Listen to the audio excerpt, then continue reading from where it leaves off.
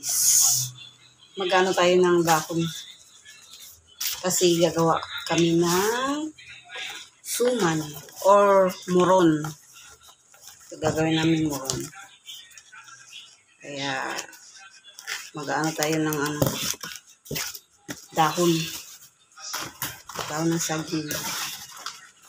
Guys, mamaya makikita nyo. Makikita nyo mamaya.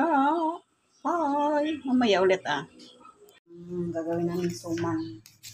Ito, may natali na rito. Ayan, suman. Tawag nito is muron. Ayan, oh. Ayan siya. Ito. Giniling na bigas.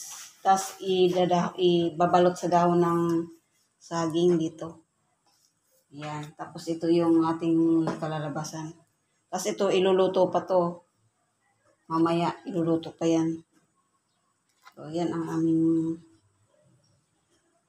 merienda mamaya. Masarap, guys. Tinatawag nitong muron. Finished product. Diba? Ito na yung ating lutong suman. Guys, super yummy. Sarap.